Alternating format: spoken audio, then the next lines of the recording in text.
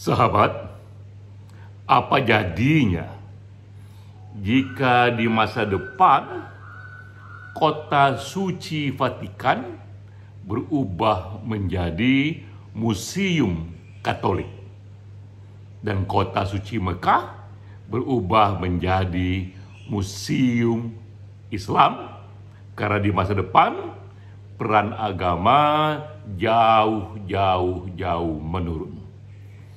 Itulah satu dari 5 skenario agama di masa depan yang disampaikan oleh Daniel Dennett. Daniel Dennett adalah seorang ilmuwan sosial dan juga seorang filsuf. Ia mengarang buku ini, buku yang cukup terkenal, Breaking the Spell. Sudah diterjemahkan ke dalam bahasa Indonesia, dan sekarang kita mendiskusikan buku ini dalam webinar Esoterika.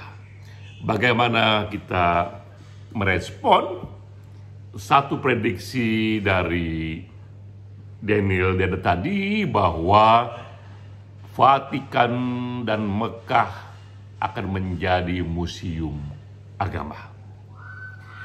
Sebelumnya saya ingin tunjukkan dulu perkembangan mutakhir soal agama dalam berita-berita. Pertama, ini berita dari Pew Research Center yang mengatakan bahwa sekarang ini semakin banyak mereka yang non-Kristian ikut merayakan Natal. 81% dari mereka yang tidak percaya pada agama Kristen, yang bukan agama Kristen, tapi ikut juga merayakan Natal, karena mereka anggap Natal itu sebagai salah satu kekayaan kultural yang ingin mereka juga hayati, walau mereka tidak percaya kepada Yesus Kristus. Ini berita lain dari The Irish Times. Ini juga berita seorang wanita yang bukan muslimah, tak percaya Nabi Muhammad, tapi ia pun ikut merayakan bulan puasa. Ia pun ikut berpuasa, ikut merayakan kekayaan dalam ritual puasa itu, walau ia tidak meyakini Nabi Muhammad menerima wahyu. Ini kemudian yang ketiga, juga dari Pew Research Center. Ini riset yang ada yang juga menunjukkan bahwa satu hari raya Hindu, Diwali hari raya Hindu juga semakin banyak dirayakan oleh mereka yang bukan Hindu, oleh mereka yang tak percaya Hindu, tapi mereka pun ikut merayakan hari besar agama Hindu itu. Inilah realitas yang menyertai buku Daniel Dennett, bahwa begitu banyak fenomena agama yang berubah. Nah, sekarang kita ingin fokus kepada buku Daniel Dennett ini. Kita mulai dulu summary pokok-pokok isi bukunya, lalu bagaimana merespon itu. Buku ini berdiri di atas 4 pokok pikiran. Pertama, Daniel Dennett mendefinisikan agama. Bagi Daniel Dennett, agama adalah sistem sosial yang menghadirkan agen supernatural. Hadirnya agen supernatural itu tak hanya diyakini, tapi oleh pengikutnya dimintakan berkahnya, dan mereka mencoba hidup sesuai dengan apa yang mereka bayangkan sebagai titah atau fatwa atau aturan yang didatangkan dan diberikan oleh supernatural itu. Nah, inilah definisi agama. Ada kekuatan di luar sana, dan kita meyakininya, mencoba hidup sesuai dengan ajaran-ajarannya. Maka dengan definisi ini banyak sekali agama. Tidak hanya ada agama-agama besar yang kita kenal sekarang, Kristen, Islam, Hindu, Muslim, Buddha, dan sebagainya. Data menunjukkan di era sekarang ini ada 4.300 agama. Kedua, buku ini menyatakan juga bahwa segala hal soal agama itu dia objek dari sains. Saatnya ilmu pengetahuan mengeksplor semua dimensi soal agama. Ini judulnya itu Breaking the Spell, menghancurkan mantra.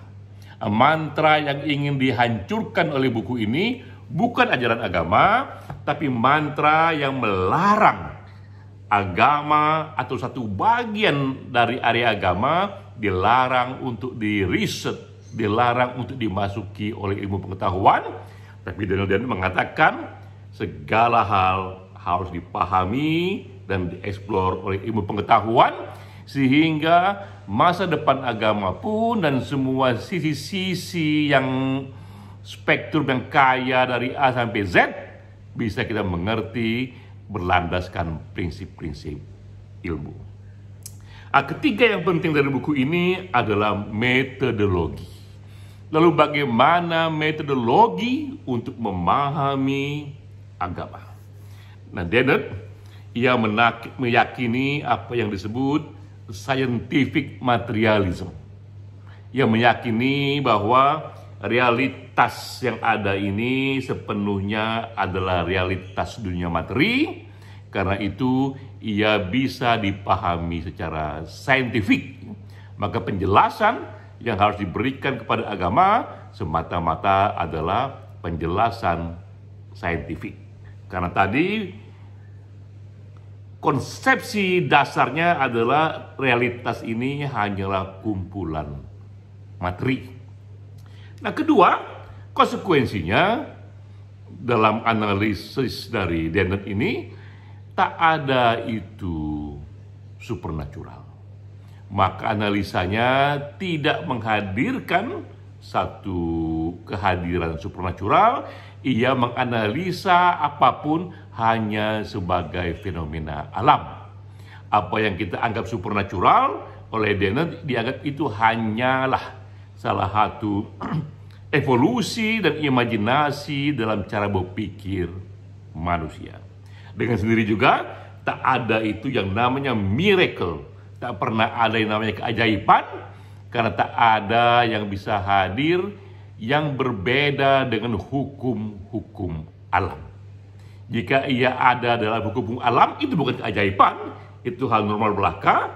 Keajaiban hanya ada jika ada satu peristiwa yang terjadi di luar kehendak hukum-hukum alam, dan itu tak ada. Hal lain yang penting dari pendekatan Dennett ini adalah ia meyakini evolusi. Ia meyakini survival of the fittest, bahwa gagasan yang bertahan hingga hari ini adalah gagasan yang paling sesuai dengan zamannya. Itu belum tentu gagasan terbaik, tapi gagasan itulah yang diterima oleh satu komunitas. Karena kita banyak sekali komunitas. Tapi gagasan itu datang pada kita hari ini, ia mengalami perubahan zaman, ia berevolusi.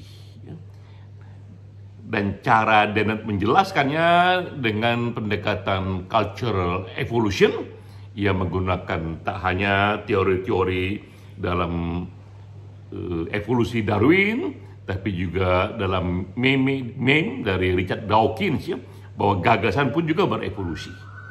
Dan dalam pandangan Dennett ini, dalam sejarah ini hadir dulu dunia materi yang tak ada tujuannya, lalu datang manusia membuat gagasan. Nah, gagasan itu jika ia lemah, ia akan mati. Jika ia kuat, gagasan itu mengalami reproduksi. Ia diulang-ulang lagi, makin banyak yang meyakininya, diulang lagi pada zaman yang berbeda, pada tempat yang berbeda, dan gagasan yang kuat terus berjalan hingga masa kini. Namun zaman berubah, akibatnya gagasan pun sebagian dimodifikasi, sebagian ia itu diperkaya, sebagian dia ditafsir ulang, ada yang dimodifikasi karena semata-mata itu distorsi dari penerimanya, ada yang dimodifikasi karena zaman berubah dan sang interpretatornya menyesuaikan kondisi. Nah, apapun yang sampai pada kita sekarang ini itu lahir dari kompetisi gagasan, lahir dari pertarungan gagasan. Yang tak sesuai zamannya, ia mati. Karena itu, Dennett menunjukkan begitu banyak agama-agama yang sudah mati, yang sudah lahir dan kemudian mati, begitu banyak. Yang bertahan hingga sekarang ini adalah beberapa agama-agama besar dan munculnya agama-agama baru. Itulah cara Dennett memahami agama. Lalu apa hasilnya dan apa yang akan terjadi pada masa depan agama? Nah, Dennett mengatakan tadi yang saya kutip di depan salah satu skenarionya, bahwa pada waktunya satu skenario itu dari 5 skenario, pada waktunya agama akan sirna dan kota Vatikan akan menjadi museum Katolik, dikunjungi dalam rangka orang rindu pada masa silam.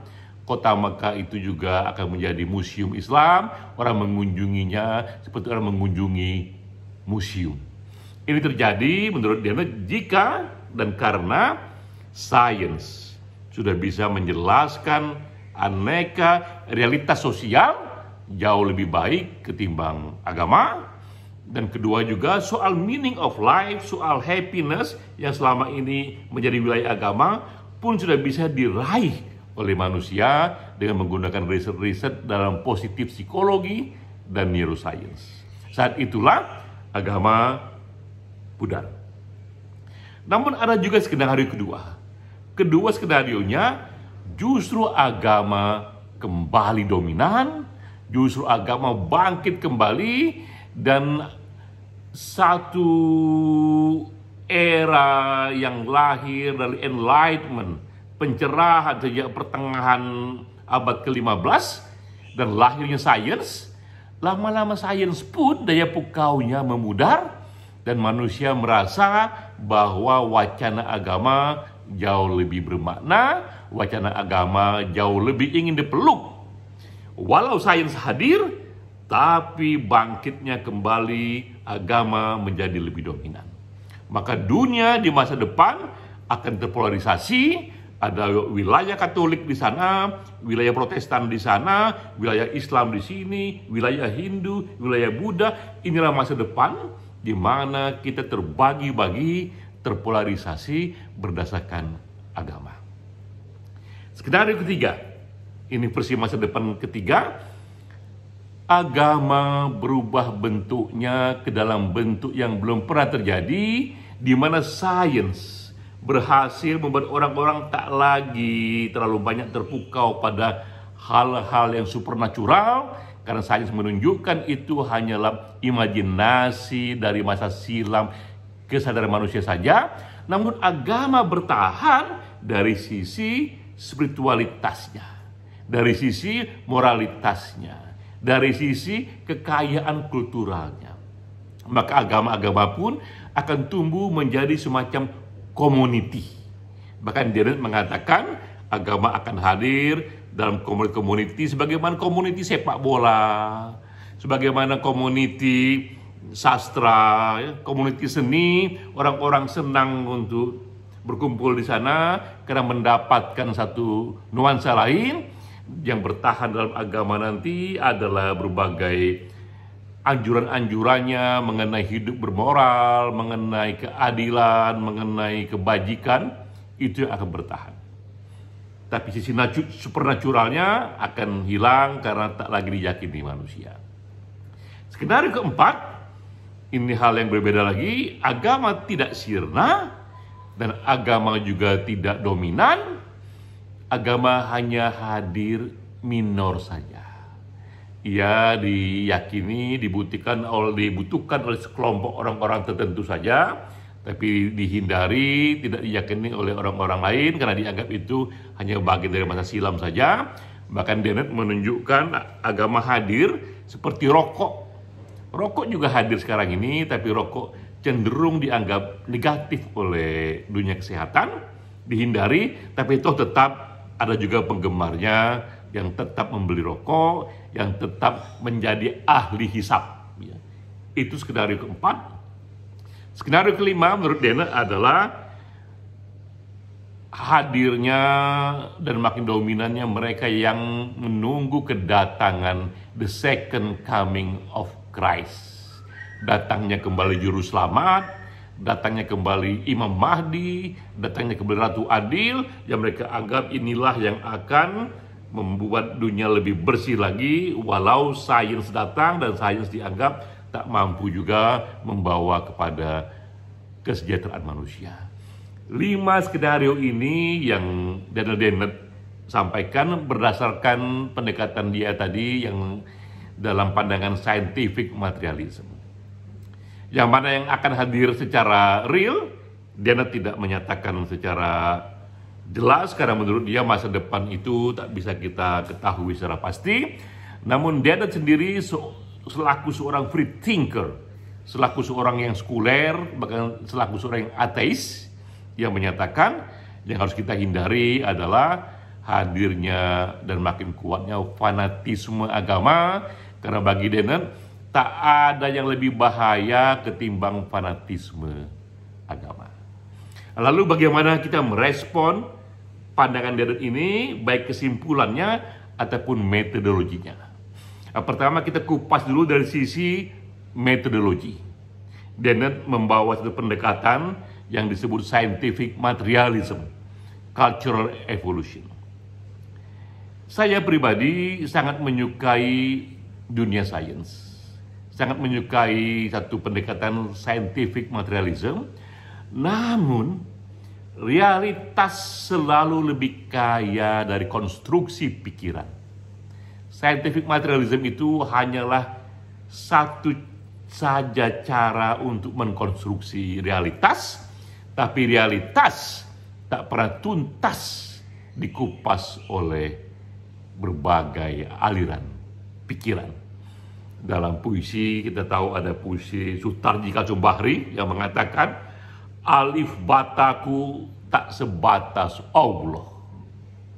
Kira-kira itu simbolnya bahwa sehebat-hebatnya ilmu pengetahuan, ia tetap tak bisa untuk mengungkap keseluruhan realitas. Karena realitas ini jauh-jauh lebih kaya. Kita bisa bersandar pada pandangan Immanuel Kant, seorang filsuf yang membedakan antara nomena dan fenomena. Kita tak pernah tahu nomena, tak pernah tahu realitas secara hakikat, tak pernah tahu realitas apa adanya, realitas yang seasli-aslinya. Yang bisa kita ketahui melalui indera kita, juga melalui ilmu pengetahuan, itu adalah fenomena. Fenomena adalah realitas yang sudah direduksi oleh indera manusia, yang sudah direduksi oleh satu cara berpikir manusia. Tapi cara berpikir manusia yang kita punya sekarang itu bukan satu-satunya cara melihat realitas. Karena itulah sehebat-hebatnya ilmu pengetahuan, ia tak pernah tuntas menjelaskan realitas, sehingga selalu ada ruang bagi misteri. Selalu ada ruang yang tak bisa dijelaskan, bahkan oleh ilmu tertinggi pun dari pendekatan scientific materialism.